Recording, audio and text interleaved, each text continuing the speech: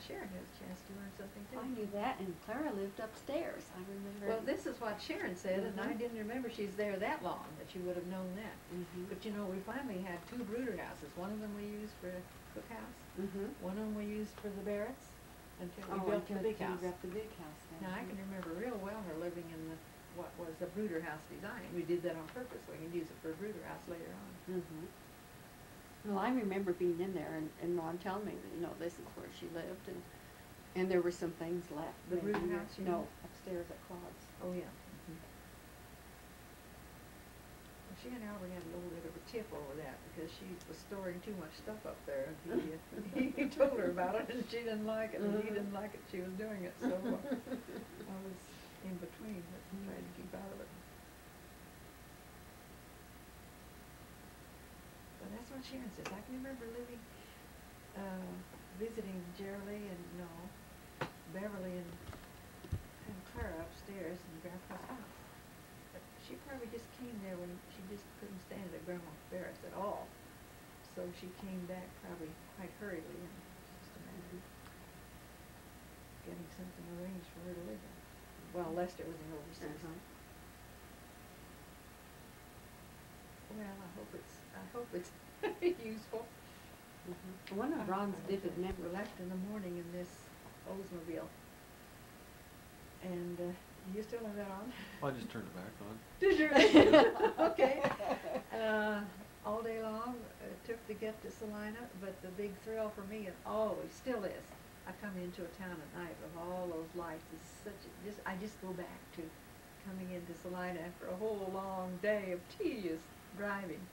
Got to Salina and the lights are on. I suppose many more than, and much brighter than Colby lights were. I probably didn't even see Colby lights many times in my first 6 years.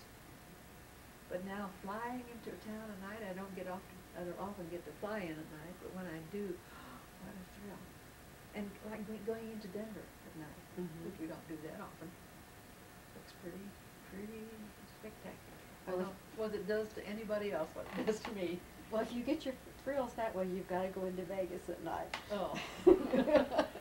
You'll get a real thrill. We did go there one night, you know. Have you heard about that one? We had been to Hoover Dam and rode on over to Las Vegas then to stay overnight, and we're in a real nice hotel and went down to eat dinner, and then Albert gave the boys each a $50 or something and told them to go play the slot machines. Pretty soon they came back and they said that a fellow tapped them on the shoulder and said, "You aren't old enough to do this." They found out that you don't play unless you're a certain age. Whether Albert had that in mind, I don't know. Whether he just started looking for some pictures that I wanted to use to finish this review. I ran across a picture of my father when he was selected as an Astor farmer in Kansas in 1929 to go on the Capper tour. This was one of the several visits that they had, and this was to the Firestone factory in Akron, Ohio. And I remembered finally the name of the family where my father worked as a young man. It was Solemberger's. That home later became the Crab home, and now is the Mike Moses home.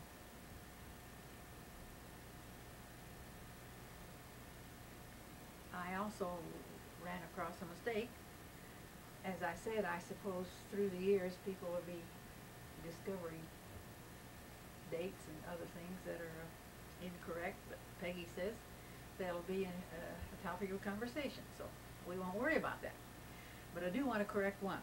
I did say that Chrissy was born in '79. She was born in July 1980.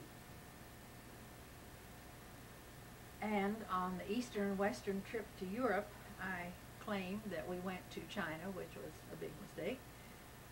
That was a people-to-people tour to eastern and western Europe, and then the next spring in 1980 is when we went to China. Then I ran across a memory that I have of visiting with Willard Cooper before I went on the trip to China about some land exchange. He traded I had part of section 2934, and he had land where we now have the Colby Community College Farm. So the reason I'm referring to this section 2934, I have a little bit of history that Ken has written that I will be reading a little bit later. I guess I had a love of travel early in my early years. I think I told about going to Salina and taking all day to drive to Salina and getting there when the lights were bright and pretty. Also, when I was in high school, my father took Clara and me to Salt Lake City. That was a big thrill, and I've since visited Salt Lake City. I like to share, because I like to travel so well. I did find opportunities to share with our family through the years, so I've chosen to read a little bit of a story that Sheila wrote when in 1986 I did a Frahm family album. I asked some of my kids to write something about a memory that they had. So Sheila wrote this in part. Shortly after Ken and I were married, we had the opportunity to travel to Kansas City with you and Albert. That trip itself was a delight to me. As a child, I had not traveled much to eastern Kansas and was not really familiar with the big city, tall buildings, crowds of people, and all the traffic. I expect I was quite wide-eyed and trying to take it all in at once. I believe that we stayed at the Mulebach Hotel. The main reason for the trip was to attend the live performance of the opera Carmen. Since I had never seen or heard an opera, I prepared by listening to recordings from the Fort Hays State University Music Library and was able to find an interpretation of the text. Our seats were very close to the orchestra and stage, so we could see and hear all. I have not forgotten the sounds, sights, and experience. It is still a pleasure for me to hear a recording of Carmen. I now have a tape that has been played over and over as I have traveled across the state to Topeka during the year.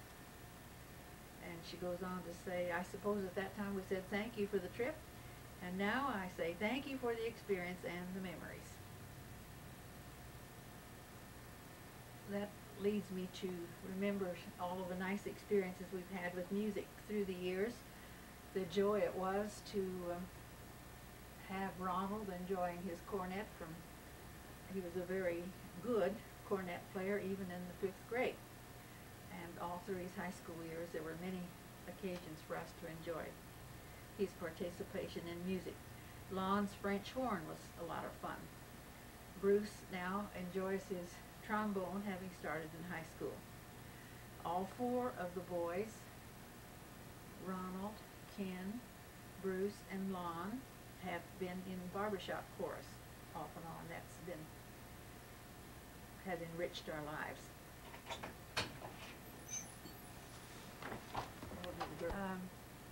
Vacation that I didn't think of when I was talking about the good experiences we had with travels. The one I'm thinking about now is when Bruce and Ken and I drove to Seattle to visit the World's Fair. We went on down the coast, which is my first and my last experience getting to do that, driving down Highway 101 to San Francisco, where we got to visit aunts. Ken had a date with Sheila, so on on Sunday evening we visited with the aunts. Monday morning we had to go to the airport for Ken to fly home to have a date with Sheila that night. That left Bruce and I to get out of the airport at San Francisco to get on the road toward home. And of course I had to be the driver because he was a junior high student, and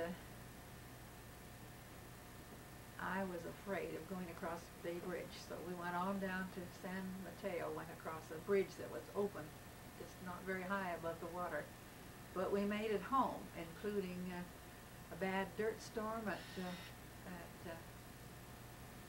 Burlington, We debated about staying in Burlington. It's probably 10 or 11 o'clock at night. But we decided we would drive on home. It would have been around an hour. It was a mistake because as we drove out of Burlington, the wind changed and it was real severe dust storm right on the edge of the town. We got through it, but it looked very tricky for a little while.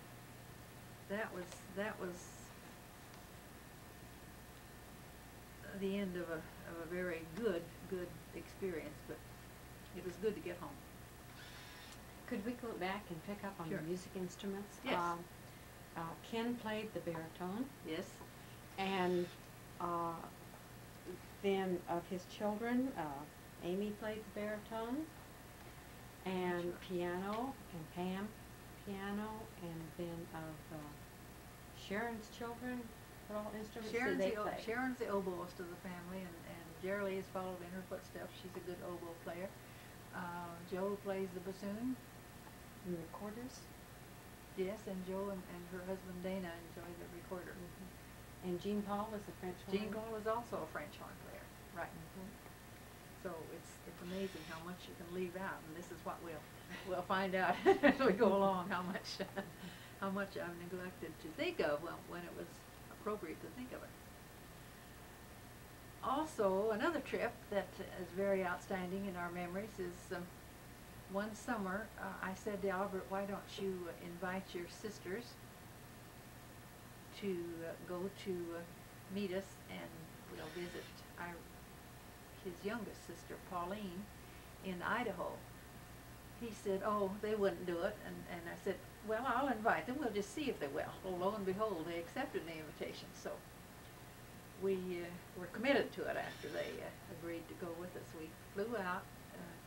Albert's sister, Rose, from Fremont, Nebraska, came to Colby. We drove to Denver, picked up another sister, Irene, and her husband, Al, and flew to Caldwell, Idaho. We fly into Boise when we go out there. And Bruce was with us. We got the joy of going out to the orchards to pick peaches. We have some pictures of that fun experience. I never had been in a peach orchard before. We stayed there 3 or 4 days. On the way back, and when we landed in Denver, Bruce took Aunt Irene and Uncle Bill up to sit in the cockpit to see what that was like, and Uncle Bill had a real thrill out of that. Let's see, I mustn't forget the trip then when Bruce and Janice went around the world. They said, don't you want to meet us in Singapore? And I said, no way, I don't want to do that. But after they'd been gone a week or so, I said, where's the closest port we can meet you? So they had us come, Janice's mother and I, to Tahiti. We stayed a week there while their ship was in port at Tahiti, and that was a nice experience. I've never gone to Tahiti without having